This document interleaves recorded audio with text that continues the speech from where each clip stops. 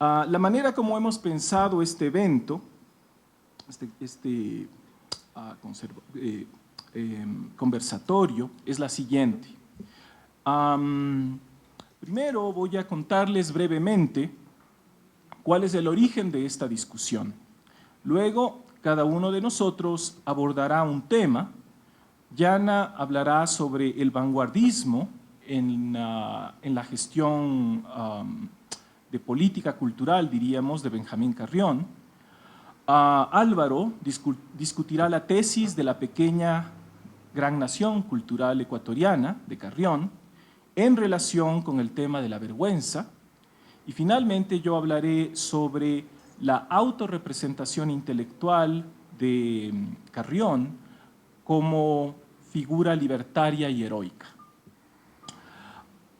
El ecuatoriano Manuel Benjamín Carrión Mora, 1897-1979, fue una figura intelectual paradigmática del proyecto nacionalista que intentó, en la primera mitad del siglo XX, democratizar la cultura nacional ecuatoriana, integrar la patria en un momento de crisis, de guerra, con el Perú, en el año 1941, y reconstruir una sociedad igualitaria y orgullosa de sus diversidades étnicas, raciales y populares.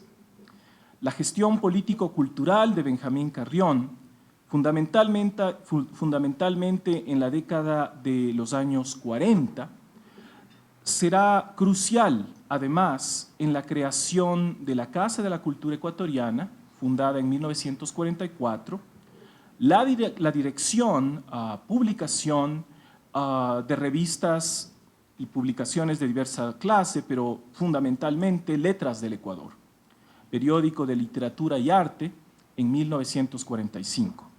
Y el apoyo y promoción de artistas y escritores ecuatorianos como Eduardo Kigman, Osvaldo Guayasamín, Pablo Palacio, Jorge Icaza o Jorge Carrera Andrade, entre otros.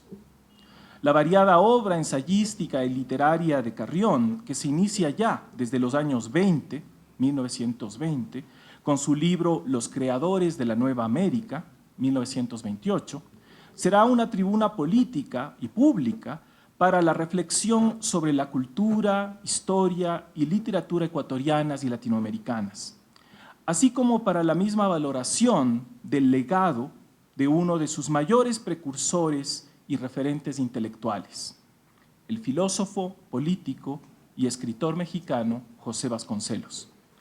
Tal como ha dicho Michael Handelsman, uno de los mayores estudiosos de la obra de Carrión, él fue un comunicador de las ideas y el pensamiento latinoamericanos, y su gestión es un lugar de discusión indispensable de la cultura ecuatoriana contemporánea. Nuestra conversación de hoy surge de un proyecto de investigación financiado por el Museo de la Ciudad de Quito hace un par de años. Y la discusión interdisciplinaria de 13 investigadores de México, Estados Unidos, Francia y Ecuador. Esta investigación tuvo como objetivo primordial explorar de una manera comparativa, interdisciplinaria y crítica las múltiples relaciones de influencia, confluencia e interdependencia que los proyectos nacionalistas de Carrión y Vasconcelos desplegaron en su interpretación de la cultura, la historia o la literatura, así como también en su gestión institucional con respecto al arte, la educación pública y la producción cultural en general. El libro, producto de este esfuerzo, será publicado por el Museo de la Ciudad de Quito a principios de este año. Y de manera adicional, esta investigación también dio origen a 3 eventos en el extranjero. Este es, de hecho, el primer evento que organizamos sobre este tema en los miembros de la investigación en Ecuador. Hubo un primer coloquio en París y otro en México, organizado por Yana Hadati en el 2012, y luego un último en Pittsburgh, en Estados Unidos, el año pasado. Así que la investigación ha servido también para poner a Carrión en la escena internacional. Pero creo yo que la intención fundamental de todo esto es que la lectura y discusión sobre Benjamín Carrión se reabran en nuestro país. Una de las conclusiones en que coinciden varios de los autores de este estudio sobre Benjamín Carrión es que fue un intelectual de entre siglos, un intelectual bisagra entre el final del siglo XIX y el comienzo del siglo XX. En su pensamiento social y obra literaria, de esta manera, existe, por un lado, una suerte de conservadurismo que mira al pasado y a la vez una preocupación por lo más actual y moderno. En tu investigación, Yana, sobre el vanguardismo de Benjamín Carrión, tú pareces precisamente coincidir con esta apreciación. Te pregunto, y es una pregunta para abrir la conversación de todos ustedes, así que les pedimos que por favor participen, se sientan cómodos de interrumpirnos y de elaborar una conversación. Esta es la idea, no venimos aquí a establecer un monólogo, ¿no? Sino un conversatorio. Así que quizá para abrir la conversación contigo, Yana, te pregunto, ¿fue Carrión un promotor de la vanguardia? ¿Y cómo en este contexto de un intelectual entre siglos, o bisagra, ¿verdad?, de lo viejo y lo nuevo, aparece su conservadurismo, sus filiaciones, por ejemplo, al pensamiento de José Enrique Rodó, el arielismo? Muchas gracias al CIESPAL por darnos el espacio y sobre todo a mis compañeros de mesa. Es un lindo proyecto, un proyecto más bien de inclusión, ¿no? De inclusión de espacios, de inclusión de personas, liderado por Juan Carlos. Y sí, la revisión que nos deja Carrión, que nos arroja Carrión, tú nombrabas a Palacio, por ejemplo. Es el primer gran crítico, el primer gran promotor de Palacio. Es decir, la literatura más arriesgada, la menos parecida, la menos concesiva, que sería la de Palacio, porque no estamos hablando ni siquiera de los años 30, sino de 27, 26, empieza a comentar cosas suyas. Carrión tiene el ojo, y eso es algo que se le tiene que reconocer todo el tiempo. Es decir, más allá de dirigir un proyecto cultural y de fundar la Casa de la Cultura, hay una coincidencia que yo creo que no es programática, sino de sensibilidad. Es un gran lector, definitivamente, y así como es un gran lector, es un gran espectador, un consumidor de arte, un gran dialogista, es decir, todos los que lo conocían, yo lo conocí muy chica, como para recordar eso, era el gran conversador, ¿no?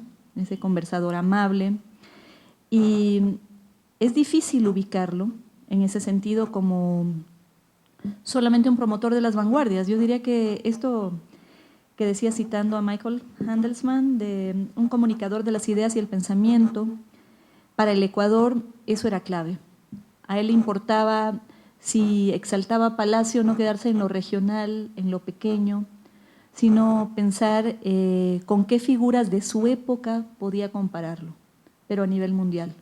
Entonces, él habla del pirandelismo, él habla de las greguerías de Ramón Gómez de la Serna, cuando habla de Palacio, en este primer comentario que hace al incluirlo, ¿no?, entre los destacados en Mapa de América, dice, es el mayor humorista de su generación. Pablo Palacio tiene 24 años cuando Carrión lo reconoce, es el mayor psicologista, lo cual no necesariamente es cierto, pero digamos que es muy generoso, porque la especialidad de Carrión, que sería esta novela más tipo Juan Cristóbal, ¿no?, de Romain Rolland, es una novela psicológica, y Palacio no está dispuesto, porque un poco lo que dice Carrión es, si más adelante él puede describir en los términos de su pluma el amor, la pérdida del amor, va a llegar a ser el más grande de los psicologistas, pero lógicamente Palacio no lo hace. Nosotros sabemos que pocas cosas le interesan menos a Palacio, ¿no?, que ser el gran psicologista. Pero creo que eso también habla de un esfuerzo incluyente, ¿no? Serían lo primero que yo podría decir. Es decir, cuando nosotros nos encontramos con la pluma de Benjamín Carrión en los años 60, es una pluma que tiene más poder, indudablemente, más poder cultural, pero también que se ha vuelto un poco más rígida y que es más capaz de decirle a los escritores y a los pintores qué deben hacer. Pero estamos hablando de los años, principios de los 30, fines de los 20, de los 40, y hay sobre todo esa actitud de asombro.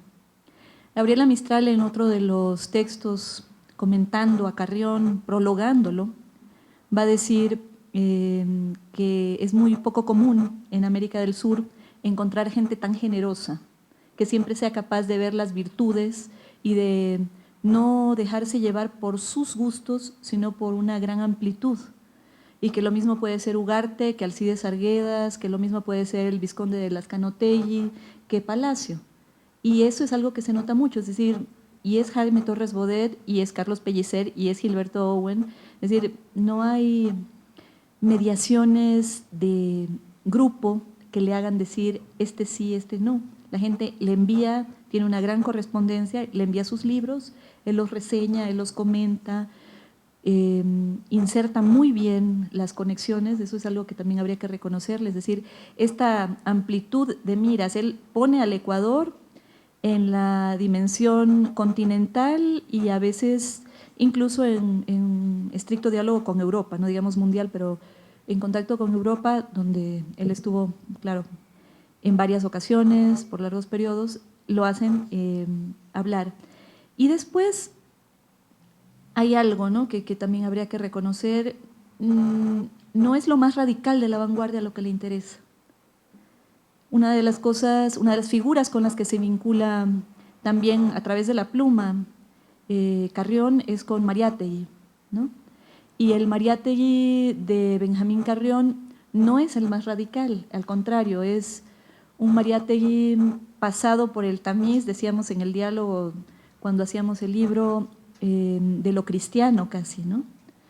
Es decir, este panteón de los santos laicos del que hablaba Carrión, donde entrarían Santa Gabriela Mistral, San Miguel de Unamuno, incluiría a San José Carlos Mariátegui, de quien no llega a escribir el libro, pero hace 2 antologías, hace un texto largo en estos libros colectivos de crítica, pero siempre es un Mariátegui más cercano a la anécdota y menos al ideólogo. Entonces, por supuesto que hay que recordar que tan vanguardia son Mariátegui como Palacio, y que la vanguardia hacia los 30 va a dar el giro hacia la vanguardia política y hacia el realismo social, que no siempre fue bien visto tampoco por Carrión, es decir, le gustaba Kingman, le gustaba Huasipungo, pero tenía sus reparos. Me acuerdo de algo que dice en esta compilación tan útil, está aquí el colega Gustavo Salazar, que incluye esta entrevista de Eduardo Caballero Calderón, ¿no?, en el diario El Tiempo. Y en este cuaderno descubrimos un Carrión en el año 38 que dice: siempre será más grande Tolstoy que Gladkov, ¿no?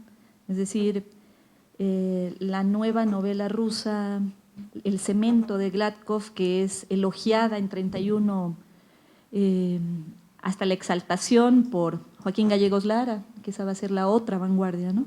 No le interesa a Carrión. A él sigue diciendo: me quedo con la guerra y la paz. No les veo punto de equilibrio. Entonces, no siempre conservador difiere mucho de lo que nosotros diríamos hoy, ¿no? Que por supuesto Gladkov no está en la categoría de Tolstoy, sino creo que era un hombre muy sincero. Es decir, que sus gustos, por eso empezaba por la idea de la sensibilidad, que sus gustos estaban más allá de estar a la moda. Entonces, si a él le parecía atractiva la pluma de Palacio, y seguramente pesó haberlo conocido muy joven, ser su coterráneo, haber leído sus pininos, apostaba por Palacio. Y si a él no le parecía especialmente interesante un autor, yo creo que era difícil que se lo llevara arrastrado como lo haría Gallegos, ¿no? Pero prefería no tocar ese punto de vista. Entonces, sí es un propulsor de Palacio, no sé si tanto como propulsor de las vanguardias, también cuando presenta a Carrera Andrade, es el Carrera Andrade un poco más, no simbolista, pero más apacible, no la ruptura del mismo Carrera. Yo supongo que Gallegos Lara, cuando adscribe a este tipo de autores, es porque él, a pesar de ser un extraordinario escritor, bueno, narrador, como crítico, comete algunos pecadillos, que son tener licencias frente a la militancia. Para él, más o menos, el partido es el que determina ciertos parámetros para valorar ciertas obras. Incluso, no solamente la obra literaria, sino en su accionar. Recordemos cuando se entabla esa polémica, que es interesante para los lectores, pero queda muy mal parado frente a Raúl Andrade, cuando llega a decir que Raúl Andrade seguramente es un escritor que tiene su prestigio es porque le da escribiendo Benjamín Carrión, pero ahí le tocó, se olvidó de con quién se metía, entonces Raúl Andrade le asestó varios mandobles que desde mi punto de vista creo que perdió Gallegos Lara, y eso obedece al tema de la militancia, que creo que es un aspecto que hay que destacar en esta situación, porque creo que Carrión, a pesar de que adscribió a las izquierdas, era un hombre inteligente y más o menos el partido no determinaba sus gustos literarios, como bien apuntan ustedes, es un hombre inteligente que sabía percibir la calidad literaria, y eso llega hasta los años 70, cuando aborda a Vargas Llosa y una serie de autores. Con respecto a esta posición de lector de Mariátegui, ¿no? Lector, comentarista y también intérprete, en cierto sentido, de Mariátegui. Y es interesante porque, obviamente, digamos, al pensar en Mariátegui, bueno, las mayores aportaciones de este intelectual marxista peruano estarían precisamente en la confluencia que él establece entre el marxismo y el indigenismo. Es decir, la posibilidad de pensar un Perú mucho más indio, en cierto sentido. Un Perú de raíces populares, que digamos que reconozca, ¿no? que se reconozca a sí mismo, que se reconcilie consigo mismo, ¿no? en sus raigambres indígenas. Y esto para Mariátegui es fundamental también en términos de afirmar la revolución, ¿no? Y en ese punto quizá Carrión encuentra su límite para mí, ¿verdad? Porque al leer a Mariátegui,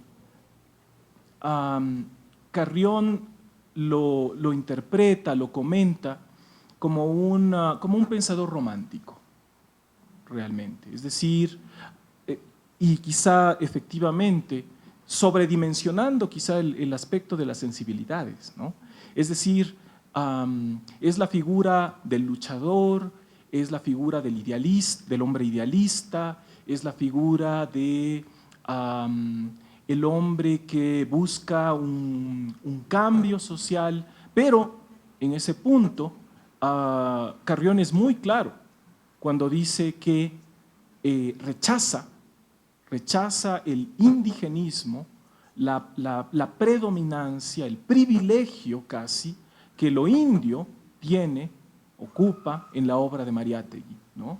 Y él afirma algo como, no sé si lo voy a citar textualmente, pero dice, no al indio, yo voy por España, ¿no? Entonces, hay sin duda en Carrión también, digamos, una línea que lo acerca, una posición que lo acerca al hispanismo, a cierto europeísmo y a cierta posición aristocrática y elitista que no termina de reconocer el lugar que tienen las culturas y las poblaciones, digamos, más populares, más étnicas, ¿no? Que es también el caso del Ecuador. No somos muy diferentes de Perú.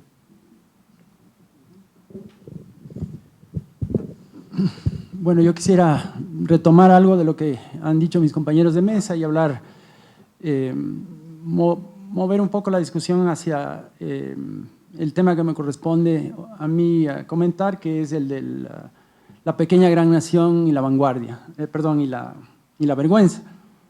Entonces, yo creo que hay una manera de vincular los temas que se han establecido hasta acá con esta temática, ¿no?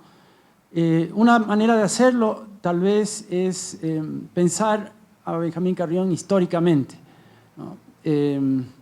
Entender la manera específica en que en su obra se vincula la construcción nacional con el discurso sobre la construcción del arte y de la literatura ecuatoriana.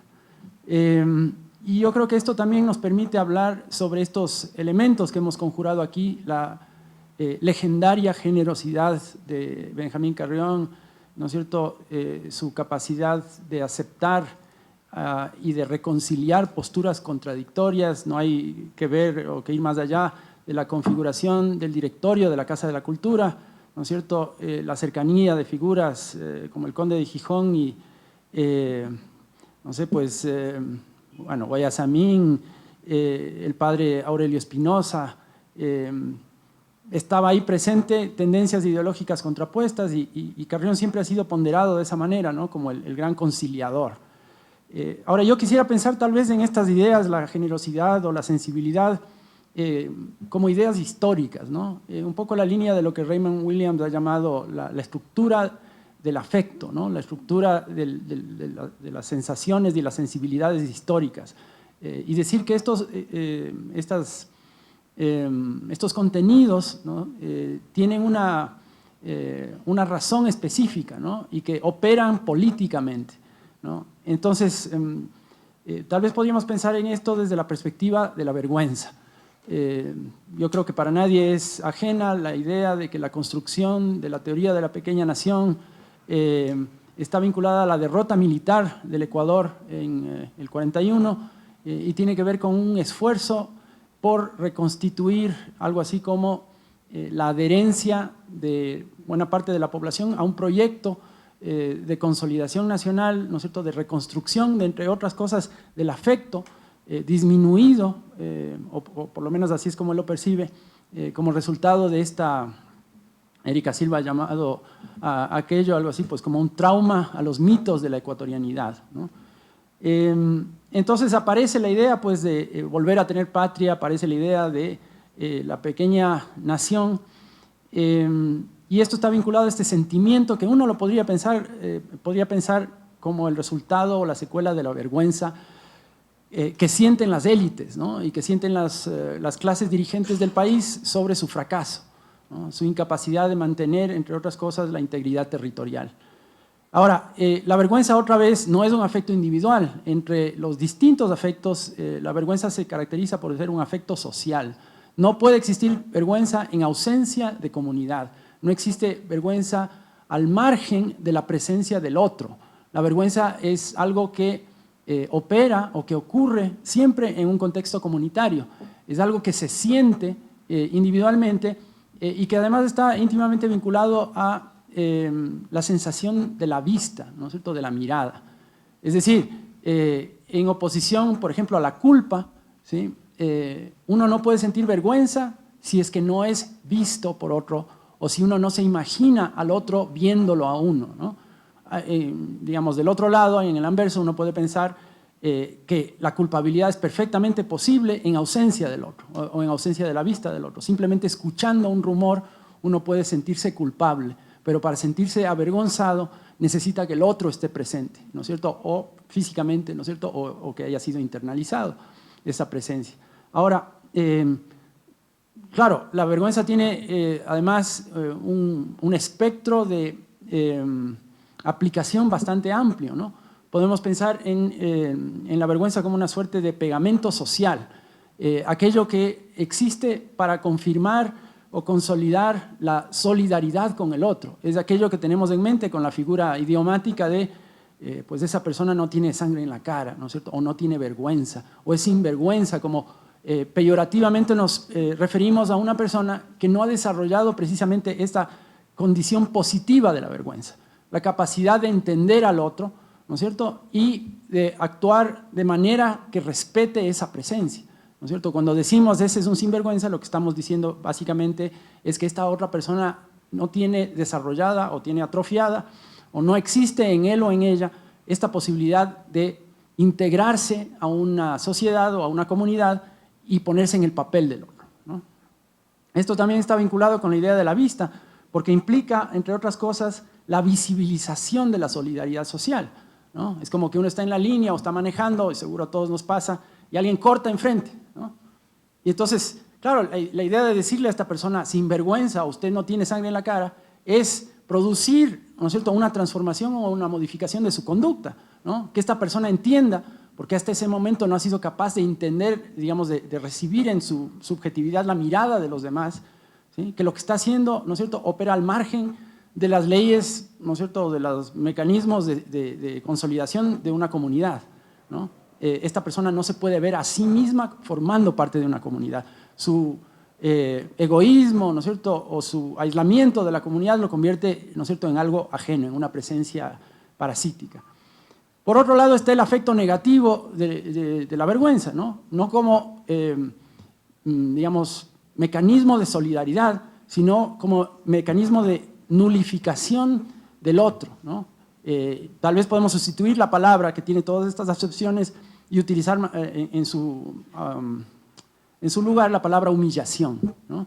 Entonces la humillación consiste en imponer la vergüenza por fuerza a otro, ¿no es cierto? Y desde la perspectiva de la visibilidad, anularlo, ¿no? Invisibilizarlo. En donde en la vergüenza positiva el otro es visibilizado, ¿no es cierto?, al interior de una comunidad. En la humillación la otra persona es anulada, es desaparecida, ¿no es cierto?, de una manera voluntaria. Y en la teoría de la pequeña nación, estas fuerzas están operando de una manera muy concreta, ¿no? Lo que quiere hacer Benjamín Carrión desde la perspectiva de la vergüenza positiva, ¿sí?, es producir una vergüenza capaz de galvanizar el afecto, ¿no es cierto?, el sentimiento, ¿sí?, decaído, ¿no es cierto?, disminuido o posiblemente nulo, ¿no? Porque el modelo de nacionalidad o de nación que existía en el Ecuador hasta ese momento había sido fundamentalmente un modelo excluyente, ¿no?, de las mayorías, sobre todo de las mayorías letradas y de las élites. Y él lo que proponía, como muy bien dice Juan Carlos, es una suerte de democratización, de incorporación, de integración, ¿no? Y a esto responde la idea de la generosidad, ¿sí? Es una idea histórica, porque en este esfuerzo por reunir a diferentes y disímiles intereses y perspectivas ideológicas, ¿no es cierto?, Carrión no estaba, digamos, desinteresado, ¿no? Carrión tenía un interés muy concreto que tenía que ver con la formación de bloques de consenso, ¿no? Se veía él que en la producción cultural, entre otras cosas, ¿no?, y aquí estoy siguiendo de alguna manera a Cornejo Polar, está implícita un mecanismo de promoción de los intereses de las clases medias, ¿no?, que finalmente son quienes gobiernan, quienes administran, ¿no es cierto?, quienes impulsan la circulación de los objetos de la cultura, de los artefactos, de los medios de producción cultural, y por medio de esa actividad, ¿no es cierto?, se promocionan a sí mismos y adquieren algún grado de movilidad social, ¿no es cierto?, importante, ¿no? Yo creo que este fue el proyecto de Carrión siempre, y como muy bien observaba Gustavo Salazar, y como ha dicho Adrián Bonilla, por ejemplo, con relación a la militancia de izquierda en el Ecuador, hubo una gran pujanza, ¿no es cierto?, y enfrentamiento entre la facción de lo que después sería el Partido Comunista y el socialismo. Carrión siempre fue un socialismo, parte de un socialismo reformista, ¿no? Él está interesado en modificar, ¿no es cierto?, no estructuralmente, sino superestructuralmente la organización social. Su interés iba directamente de la mano de una reorganización de la sociedad ecuatoriana que no fuese radical, que pusiera firmemente en control a la clase media, ¿no es cierto?, y que pusiera al discurso de la cultura y de las artes en diálogo con todas estas fuerzas, ¿no? Hay un filósofo español que se llama Alberto Moreiras, que ha escrito sobre un poco esta tendencia, porque uno podría decir que el nacionalismo en manos de Benjamín Carrión estaba íntimamente atado a un proyecto de identidad. Moreiras dice que la identidad es el grito de batalla de la burguesía, ¿no? Hablar de identidad, ¿no es cierto?, y de cultura en este sentido es encontrar un mecanismo de promoción, ¿no es cierto?, de consolidación, ¿sí?, del poder relativo político de la clase media, de manera que ésta se pueda consolidar y adquirir un papel más central en la dirección de la cosa pública, ¿no? De manera que estos son algunos elementos que se me vienen a mente con lo que dice Yana, con lo que dices tú, Juan Carlos, y creo que hay mucha más tela que cortar al respecto. Y quizá explorando un poco más este interesante tema de las sensibilidades que propone Yana, también esto me parece que está vinculado a los contextos históricos, digamos, en que no solo Carrión, sino otros intelectuales a principios del siglo XX, precisamente como José Vasconcelos, desarrollan, producen su pensamiento. Y yo diría que son básicamente, quizás siguiendo en esto a Monsiváis, dos cosas: la amenaza y la desilusión. El pensamiento de Carrión, así como el pensamiento y la obra, digamos, política, que se desarrolla en torno a Carrión, que desarrolla Carrión y que desarrolla también Vasconcelos en México, en el contexto de la posrevolución mexicana, están atravesados por estas dos realidades humanas y las sensibilidades que producen, ¿no? Por un lado, la amenaza, porque son autores que hablan de y rechazan el imperialismo cultural, el imperialismo, la emergencia de Estados Unidos como un poder económico, militar y cultural que necesita ser rechazado, ¿no? Entonces, hay una amenaza externa fundamental y sin duda hay además una necesidad en una situación de crisis, en una situación de fractura nacional. Pensemos en el México postrevolucionario, ¿verdad? Es un México empobrecido, un México caótico. Monsiváis habla entonces de Vasconcelos como un autor en el que se busca que México se reencuentre consigo mismo.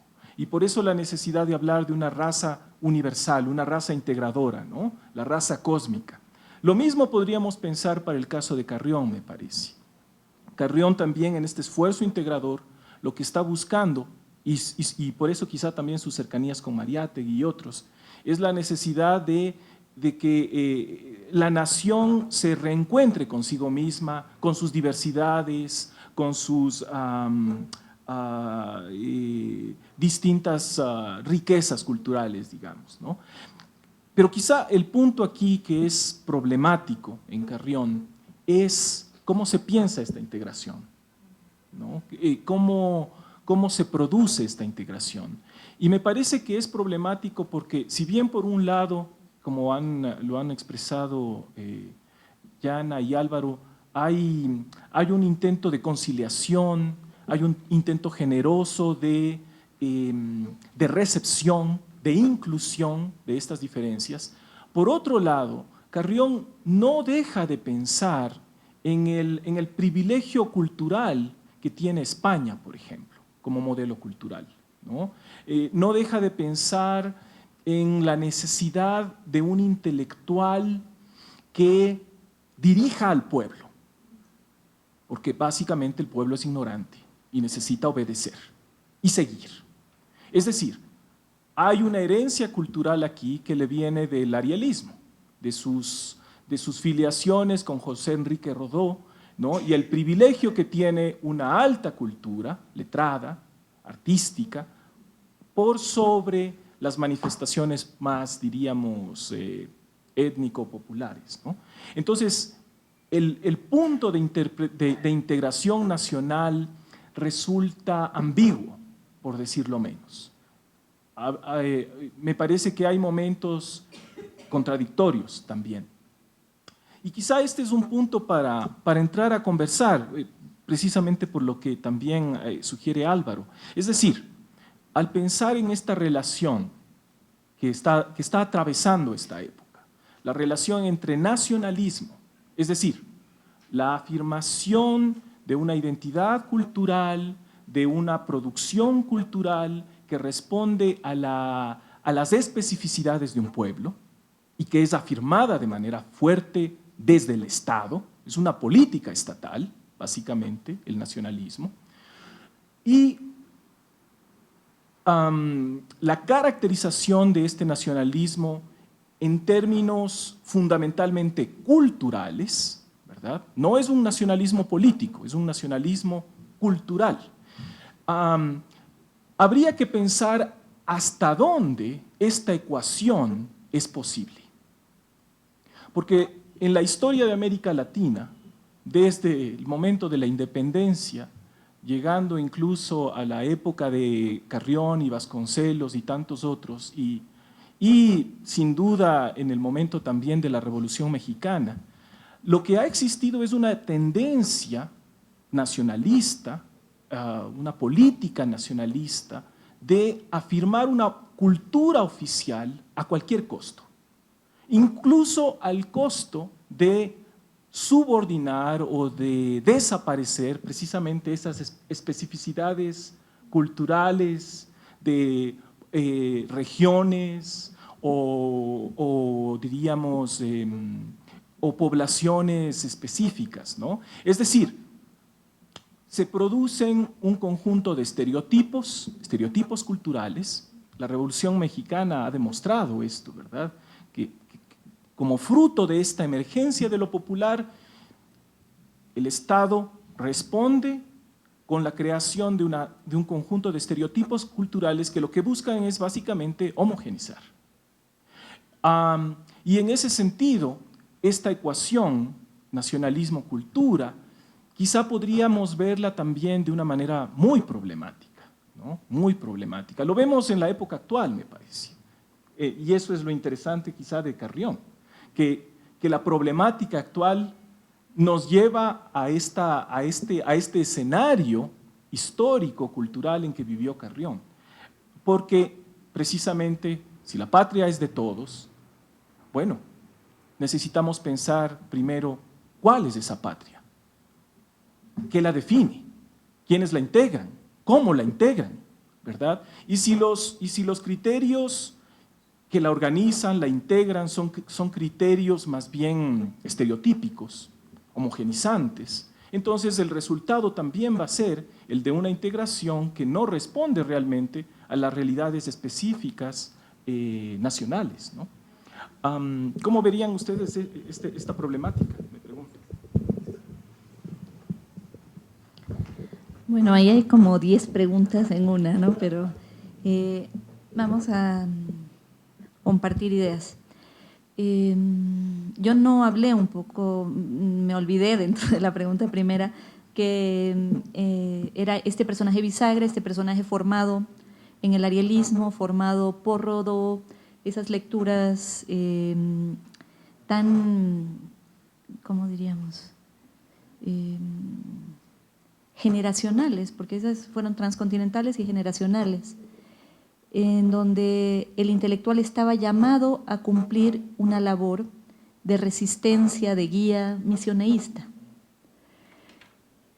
Y frente a eso, yo me he encontrado ahora que estoy trabajando sobre periódicos, revistas de los años 20 y 30, sobre todo de los 30, hay contradicciones en todos, es decir, uno dice, estuvo formado con esa matriz Carrión, sí, pero Gallegos Lara también. Es decir, todos tienen de repente un arielismo absoluto, seamos como Ariel, seamos esa parte del, por supuesto no cito textual, pero esta parte de seamos esa escultura de la mesa del maestro y vamos a ponernos en la cima de los Andes a guiar a nuestra América, ¿no? Y hay como haciendo choque y a veces sin que se note, precisamente ese es uno de los problemas, dos posturas frente a los intelectuales y su labor. El intelectual que guía al pueblo, ese aparece en casi todos los periódicos socialistas, en las revistas, sea que sean intelectuales y artistas o que sean profesionales del derecho. Esa es la misión, el intelectual que guía al pueblo. Y frente a esta otra corriente en donde se dice, y esta va a estar muy apoyada por textos más adelante de la República Española y por supuesto divulgados de la Revolución Rusa, el intelectual es un trabajador más, que tiene que caminar con el pueblo. Y ahí incluso vienen esos cortocircuitos, ¿no? Porque en papeles más privados, no solamente en los papeles públicos, es muy interesante. Bueno, yo estoy todavía metida en esta lectura, ¿no? De la recuperación que se hizo de las cartas de Gallegos Lara y Nela Martínez, que son de lo privado, bueno, que está Gabriel Alemán en la recuperación de los papeles y Nela Meriguet, y que en esos mismos textos se dice, tenemos que oír al pueblo, tenemos que aprender de los indígenas, está esta utopía mariatellana de que el verdadero americanismo está en los indios y en los indios de la sierra, porque hay un énfasis quichuista, ¿no? En esta. Entonces vamos a ir a cañar, vamos a ir a conocerlos, vamos a conocer cómo se agrupan, lo que cuentan, de ahí surgirá la nueva semilla. Eso está en G.H. Mata, eso está en Gallegos Lara, eso está en Nela, eso está por supuesto en Mariátegui y en ciertos momentos eso está en Carrión. Pero eso está en todo el continente, en diferentes matices. Y luego la otra parte que es, en realidad seguimos siendo los intelectuales que guiamos al pueblo. Entonces hay momentos en que queremos escuchar, a la Revolución Mexicana le pasa todo el tiempo, esas primeras décadas. Mandan a los intelectuales a aprender de las diferentes regiones, ¿no? A las brigadas culturales. Entonces los músicos que vayan a ver cómo se construye, cómo se hace la música popular, cómo se construyen los instrumentos, que vayan a ver los pintores, cómo los artesanos de las diferentes regiones, y eso va a ser la carta de presentación y lo que se va a exponer fuera. No les vamos a decir cómo hacerlo, vamos a aprender de ellos. Pero de inmediato vienen Vasconcelos y Puig Casaubon, que no están abiertos realmente a la inclusión ni a dar una educación que no sea en lengua española y con los clásicos latinos, que son los primeros que se publican en estos libros verdes. Y entonces, pero esto es la cultura, pero esta es la alta cultura, pero hasta acá vamos a llegar. Entonces vas y aprendes, pero cuando aprendiste, mejor enséñales o inventa esta cuestión alegórica, ese es el otro elemento, ¿no? En Vasconcelos es clarísimo, él no está interesando en conocer al indio vivo, él está interesado en crear el mito de Cuauhtémoc. Entonces viene el centenario, el centenario de la independencia de Brasil y México lleva una embajada enorme y da una escultura de Cuauhtémoc, igualita a la que está en el Paseo de la Reforma, y el discurso de Vasconcelos es eso, somos Cuauhtémoc. Y aunque Cuauhtémoc no es el glorioso, Cuauhtémoc es el derrotado, Cuauhtémoc es el torturado por los españoles al que le queman los pies para que se note la imposición, pero somos Cuauhtémoc. Y sin embargo es un Cuauhtémoc, si uno ve la escultura, desde ahí empieza, ¿no? Tan neoclásico como los delfines del 19, no es una imagen de un indio real la que va a ponerse en granito en estos paseos de la Reforma o como se llaman. Entonces es una tensión terrible la que se da entre la voluntad de inclusión y la voluntad mesiánica, ¿no? De misioneísta, de esto es lo que tendría que ser la cultura. Y difícilmente se resuelve. También en esta gran crítica de Amauta, lo que se dice primero es, Mariátegui no conoció la sierra. Es decir, Mariátegui va una vez por unos pocos días y no sabe de qué está hablando, cuando él hace todo el alegato por los indígenas, pero construye el gran mito que es Amauta, ¿no? Y de peruanicemos al Perú. Entonces, todas estas, porque los cusqueños sí le van a decir, pero en el Cusco hay dominación de los indios sobre los indios, en el Cusco hay castas, en el Cusco, eso no es lo que estamos viendo nosotros acá. Va a estar irresuelto. No sé si hacia allá iba la segunda parte, la de la desilusión con la que tú proponías. Ya. Quizá me voy en este momento a incluir la parte que me corresponde en términos de la gestión de los intelectuales, ¿no? Tomando como figura relevante a Carrión. Y precisamente coincido con Yana en el análisis que hace, de que hay una especie como de fractura, de definición ambigua de cuál es esta gestión. Porque por un lado aparece la imagen de un intelectual americanista que responda a las necesidades populares, antiimperialista, que cuestione estos afanes de Estados Unidos de imponer sus políticas, un intelectual democratizante que da apertura a la lectura, al comentario, a la publicación, a la promoción de autores, pintores, etc. Y por otro lado, está esta pulsión, se podría decir, esta voluntad, esta atracción hacia una figura de un intelectual de élite, mesiánico, que va a ser el portador de la verdad, ¿verdad? Y en ese sentido, diríamos, es interesante cómo estos intelectuales se autorrepresentan a sí mismos. Entonces uno podría hacer una lectura de esta autorrepresentación de los intelectuales para mostrar a través de ella cómo se producen las mismas fracturas de la cultura nacional. Ellos, de alguna manera, emblematizan los desajustes, las desigualdades, las ambigüedades de la misma cultura nacional. De alguna manera Carrión quiso ser la conciencia nacionalista de todos, ¿verdad? Encarnar esa figura heroica. Pero eso me parece a mí tiene el precio precisamente de encarnar también los desajustes, las desigualdades, la existencia de un país que desde el año 1925, ¿verdad?, hasta 1943 más o menos, 1925 a 1948, experimenta 23 gobiernos. Es un momento de inestabilidad política brutal en el Ecuador. Es un país, como ha dicho Erika Silva, en ciernes, es decir, fracturado, dividido por sus regiones, dividido políticamente, que sufre además la debacle económica del crack de 1929 a nivel internacional, ¿verdad? Y luego la crisis que viene con la guerra del 41. Esto no escapa, me parece a mí, a las subjetividades de estos intelectuales, ¿no?, sino que los atraviesa. Y en ese sentido, digamos, es interesante, por ejemplo, la anécdota por un lado, pero historia significativa por el otro, del viaje de Vasconcelos al Ecuador.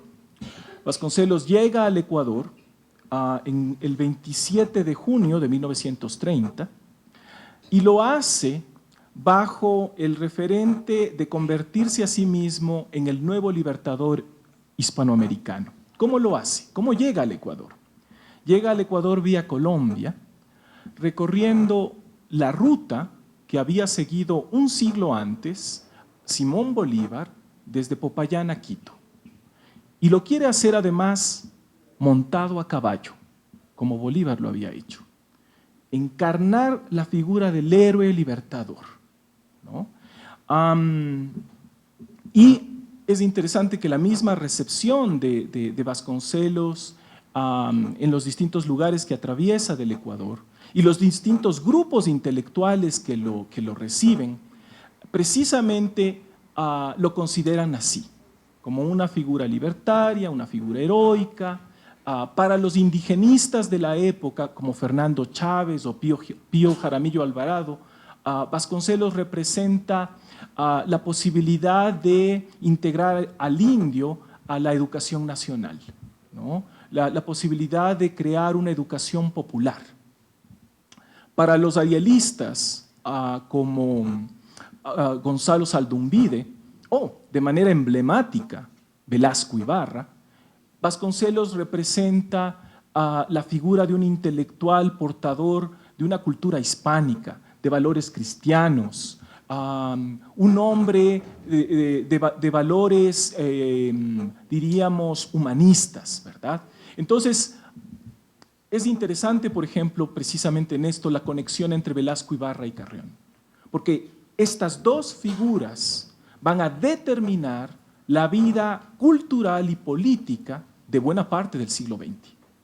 Carrión en lo cultural, Velasco Ibarra en lo político. Y ambos tienen una coincidencia ideológica en cuanto a la valoración que le dan precisamente al arielismo, al humanismo, al cristianismo, y quizá podríamos pensar a un cierto tipo de populismo cultural también, ¿no? Y entonces diría, para concluir sobre esta relación, sobre esta subjetividad intelectual fracturada, esta intimidad intelectual fracturada, que precisamente es ahí, ¿verdad?, donde uno puede ver también lo que ya había mencionado antes, es decir, cómo a pesar del esfuerzo de integrar, de crear una gran nación, de afirmar una nación, de crear, digamos, de reestructurar, de recobrar un cierto orgullo nacional, como lo ha dicho Álvaro, los términos en que se produce esto son los de una integración abstracta, una lógica que no deja de ser elitista, hispanófila, una visión que no deja de ser tampoco hispanizante por eso, y quizá que en ciertos momentos no deja de afirmar un ser nacional demasiado abstracto, ¿no? Porque en el santoral patriótico de Carrión está el diablo y Dios, ¿no? ¿Y cómo pueden compartir un mismo lugar si son enemigos en su propio pensamiento específico y digamos, y en su misma, muchas veces en su lucha política, ¿no? Pero Carrión los pone juntos. Entonces, hay, creo yo, esta problemática, ¿no?, de cómo se piensa la integración nacional. Y me parece que es una problemática que continúa, que no ha terminado, en la que todavía estamos metidos. A ver, hay unos 2 o 3 temas que yo quisiera tocar con relación a las muy estimulantes ideas que propone Juan Carlos y Jan acá. Tal vez una primera tendría que ver con el modelo de intelectual, ¿no?, que es el que está en juego con relación a la intervención específica de Carrión. Uno podría decir que el modelo de intelectual, el ideólogo más importante del siglo XIX es Juan León Mera, y tal vez Carrión, el más importante del siglo XX, y que existe mucha continuidad con relación al modelo que ambos encausan, ¿no?, aquellos responsables por la construcción nacional.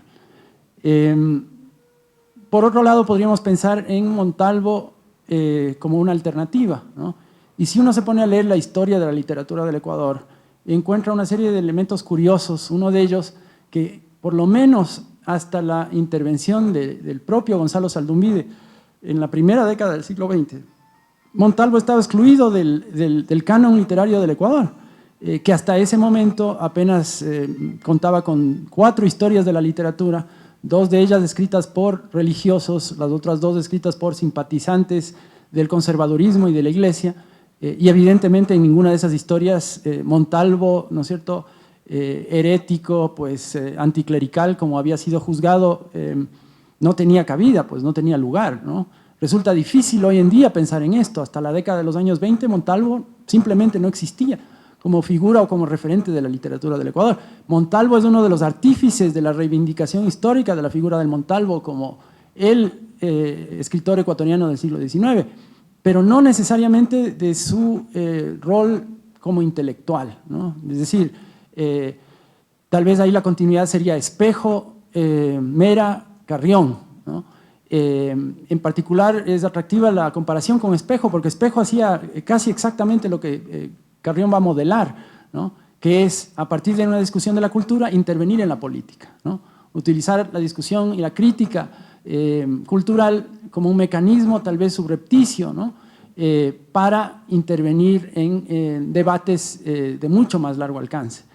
Entonces, el modelo de Montalvo, ¿no?, fuera del Estado, ¿no?, que opina desde una cierta autonomía o independencia intelectual, ciertamente que resulta atractivo, ¿no?, y forma parte del repertorio de Carrión en momentos en que se siente o se encuentra separado, por ejemplo, de la representación política, ¿no?, de la vida pública del país, pero su modelo es otro, ¿no? Yo diría su referencia específica es Mera. Ahora, también está otro asunto, el asunto un poco del paradigma del intelectual, ¿no? El paradigma del intelectual en su propia concepción. Lo que Carrión intentaba hacer era conciliar, ¿no es cierto?, era armonizar. Yo tal vez pienso que este es el verbo más apropiado, ¿sí? Eliminar la contradicción, ¿no es cierto?, en el peor de los casos suavizarla, ¿no?, y conciliar, ¿sí? Y más bien el modelo paradigmático al que suscribimos desde la segunda mitad del siglo XX en adelante es el de la contradicción como un valor positivo, ¿no? Entonces, históricamente, Carrión difícilmente podía suscribir al modelo del pluralismo o de la contradicción como un valor, no sé, pues positivo, ¿no? Él no veía ahí sino, pues, ¿no es cierto?, un camino, ¿sí?, directo hacia la ruina, ¿no? Porque la desincorporación del Estado Nacional ecuatoriano, como muy bien ha dicho Juan Carlos, por la inestabilidad política, entre otras cosas, digamos, ponía en riesgo la continuidad de la nación y de la cultura. Entonces, la idea de una contradicción enriquecida o enriquecedora, ¿no es cierto?, no estaba en el horizonte de lo que Carrión habría podido concebir. Esto, a su vez, está vinculado a la idea de la cultura de Carrión, ¿no? Una idea que se debate entre la idea de la cultura como la continuidad o el sinónimo de las bellas letras, ¿no? Este modelo o esta idea aristocratizante, ¿no?, en donde participan las élites, ¿no es cierto?, en donde la erudición es una condición fundamental para la incorporación, y por otro lado la idea antropológica de la cultura, ¿no?, que ciertamente estaba en el escenario de Carrión, digamos en la mente de Carrión, ¿no?, pero él no veía la posibilidad de la reconciliación. O era la una cosa o era la otra.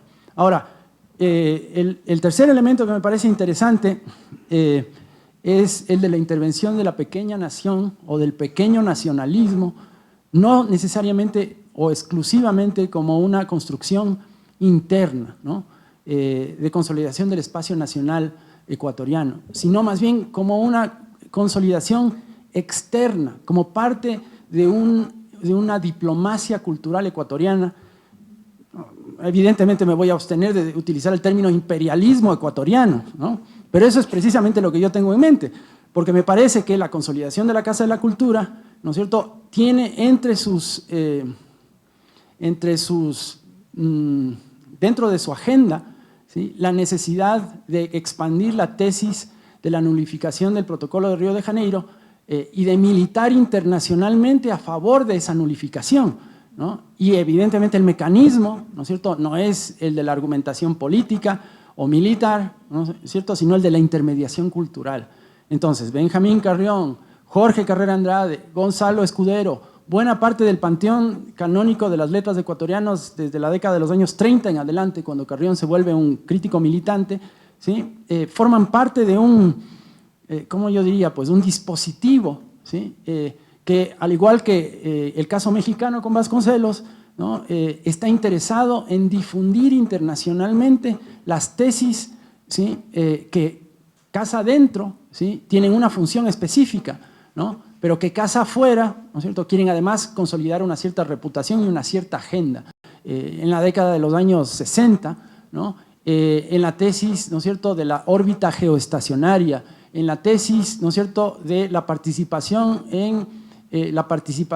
del Ecuador de un fragmento del Polo Sur, ¿no? O sea, son cosas tal vez abstractas, ¿no es cierto?, que no registran dentro de nuestro escenario, pero existía a partir del proyecto de consolidación de la Casa de la Cultura, como al igual que en el proyecto de consolidación de la lengua, ¿no es cierto?, como un paso preliminar para la expansión territorial. Este fue el caso con el castellano, con el inglés, con el francés, ¿no?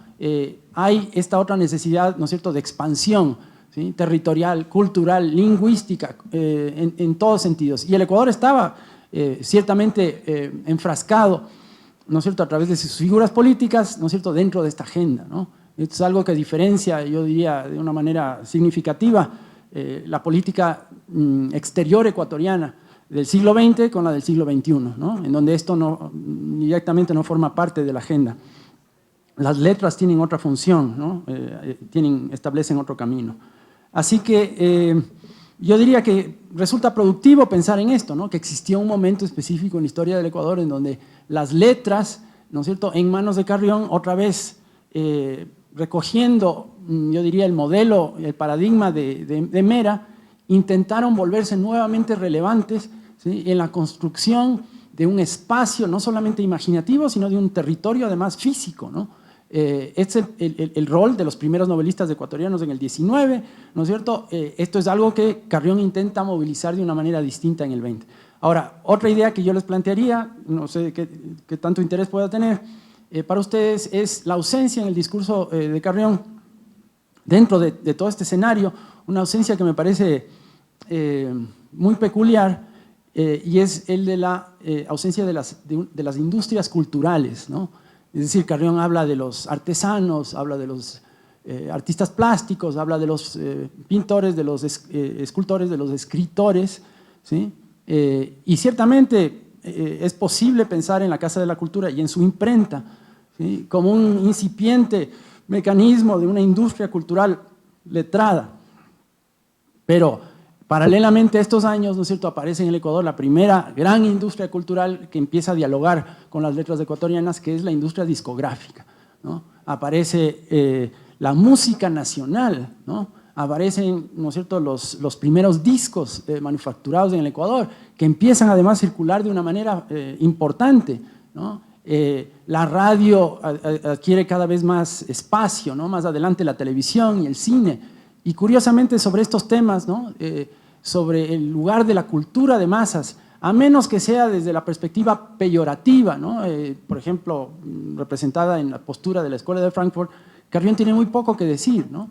Que me parece que, ¿no es cierto?, que es como una ausencia importante. Bueno, añadiendo a esta idea de Álvaro de la idea de la pequeña nación, ¿no?, y de la creación de una pequeña nación con gran cultura. Yo diría que uno de los ejes fundamentales de ese pensamiento es precisamente el de afirmar el mestizaje cultural. Carrión es, me parece, uno de los, no teóricos, pero uno de los exponentes al menos más claros en el Ecuador de una visión positiva del mestizaje, ¿verdad? Hay una afirmación fuerte del mestizaje como un mecanismo de integración, así como lo fue también, este mismo principio para Vasconcelos. Sin embargo, aquí otra vez me parece que esta visión de mestizaje que se maneja, y que se maneja hasta hoy, ¿verdad? Cuauhtémoc fue el héroe cultural mestizo de Vasconcelos, pero podríamos decir que Atahualpa lo fue también para Carrión. Y es interesante notar que los referentes de este mestizaje son referentes indígenas, ¿verdad? en el sentido quizá de afirmar precisamente la necesidad de incorporar estos elementos étnicos, esta diversidad cultural. Sin embargo, el problema de, digamos, de esta visión, me parece a mí, es que esta visión del mestizaje que está en Carrión, que está en Vasconcelos, que está en otros, es una visión dual, es una visión de doble faz. Por un lado, se afirma la necesidad de la integración de todas las razas, de todas las culturas, de todas las diferencias que puede albergar un país en términos étnicos, sociales, culturales. Pero por otro lado, en el momento en el que estos intelectuales piensan, hablan, escriben sobre las especificidades culturales de los indios, los negros y otras poblaciones étnicas, lo que encontramos es racismo, lo que encontramos es elitismo, lo que encontramos es una valoración que no es igual a la que existe precisamente, qué sé yo, una valoración igual a la que existe con la cultura ya mal llamada blanca y occidental, ¿verdad? Entonces, este mestizaje es contradictorio. No deja de ser un mestizaje racializado, no deja de ser un mestizaje que sigue afirmando hasta cierto punto las diferencias raciales. Es un mestizaje, diríamos, en el que sigue existiendo un predominio cultural de Occidente o de la cultura occidental europea, identificada con los griegos y latinos, si se quiere. Es el caso de Montalvo también, ¿verdad? Y por otro lado, un intento, sí, diríamos, de incorporar los otros elementos de la nación, pero siempre en un puesto secundario. Es interesante, por ejemplo, el caso de Vasconcelos en su visita al Ecuador. Él va a las fiestas de San Juan en Otavalo. El autor de La raza cósmica, que habla de una raza finalmente que va a integrar todas las diferencias, una raza democrática en ese sentido, el autor de esta idea visita las fiestas de San Juan de Otavalo. ¿Y qué escribe Vasconcelos sobre esto? Bueno, dice que los indios son alcohólicos, que no se ríen, sino que tienen alaridos, que no han aprendido el valor del vino, sino que beben aguardiente o mezcal, y que, bueno, afortunadamente llegó la conquista para civilizar a algunos, pero que todavía, digamos, hay estos rezagos, ¿no? Y habla igualmente, muy peyorativamente, de lo que yo llamaría los mestizajes abyectos, es decir, indios que se visten como españoles y no dejan de ser indios, que mezclan las ropas, que no saben cómo usar la indumentaria, ¿no? Que hablan mal el español. En esto es interesante notar la cercanía de Vasconcelos con Montalvo también, ¿no? Cuando Montalvo se refiere precisamente a los malos usos lingüísticos y de costumbres de los indios de la sierra, ¿no? Y hay profundo desprecio hacia esas malas mezclas, a esas mezclas abyectas. Pero sin duda eso supone una exclusión importante para pensar la cultura nacional. Sí. Una cosa brevísima. Bueno, me parece que por momentos también estamos como volviendo buena parte del pensamiento de Carrión, un pensamiento abstracto, ¿no? Que no aterriza. Pero ciertamente la lectura de los textos de Carrión es algo enormemente placentero hasta el presente. Una de las cosas que más me llama a mí la atención y me interesa en su lectura de literatura ecuatoriana es cuando habla de la ausencia de humor en esa literatura, ¿no? Y dice que uno de los signos de la inmadurez de nuestra literatura tiene que ver con la solemnidad de la misma. Y en eso estoy yo absolutamente de acuerdo, ¿no es cierto? Yo diría casi hasta el presente. El humor es un elemento que condimenta los textos de Carrión. Es un escritor ameno, ¿no es cierto? Un escritor cercano a las personas. Su erudición no es algo así como una amenaza puesta sobre la cabeza del lector, ¿no es cierto?, sino es una invitación a la lectura. Tal vez, ¿no es cierto?, si algo debería servir este conversatorio es enviarnos de regreso a los textos, ¿no?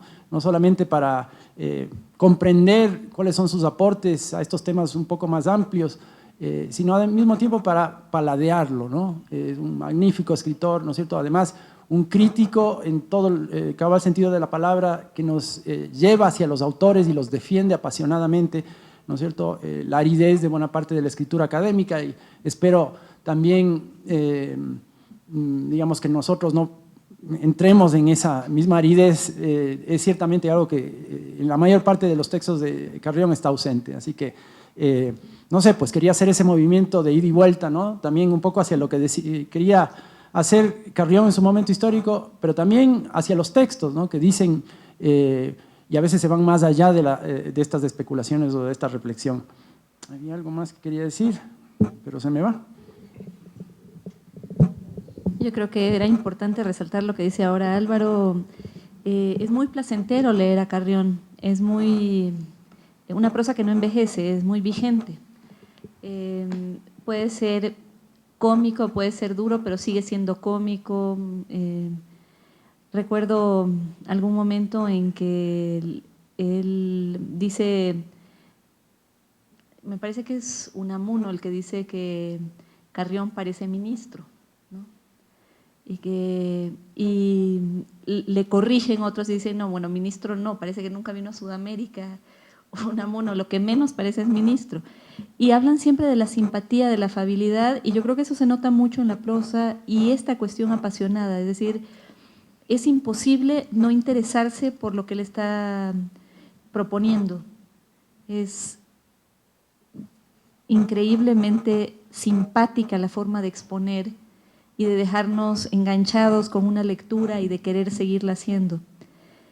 Hay una novela corta de Benjamín Carrión que se reeditó, El desencanto de Miguel García.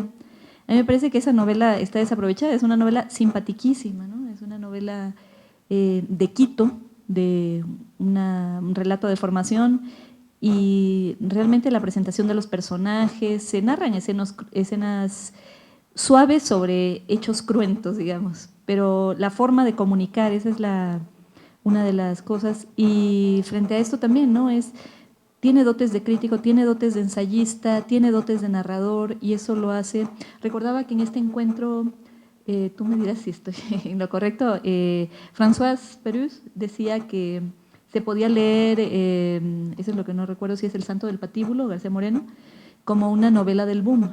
Es decir, que había muchas estrategias formales, pioneras en Carrión, pero no en el Carrión de ficción, sino en el Carrión historiador, en el Carrión, que la historia contada por Carrión siempre daba muchos elementos literarios.